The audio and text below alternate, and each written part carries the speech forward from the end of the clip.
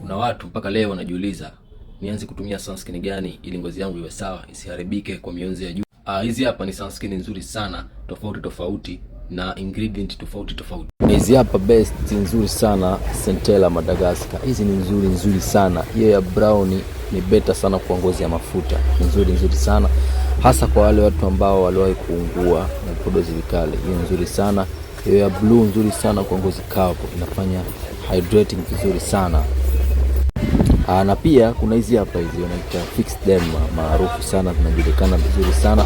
Kuna ya SPF 30 na kuna SPF 50. Hizi ni nzuri sana kwa ngozi sensitive, ngozi yenye chunusi na mafuta mengi usoni. Zinasafisha na iko nzuri sana.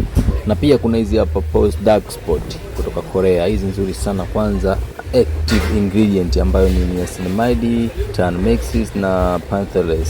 Hizi ni nzuri sana kwa kuondoa madoa, nzuri sana kwa kuondoa chunusi, nzuri sana kwa kuondoa melasma. Nzuri mno, zinafanya kazi vizuri sana. Pia kuna hizi za True Sisa, pia zinatokea Korea.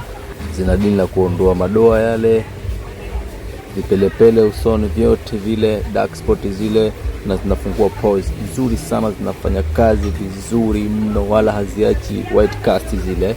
Yaani ni ziko normal kabisa, niko vizuri sana, nafanya kazi vizuri sana. Karibuni sana, zipo bei ya jumla na reja. Karibuni.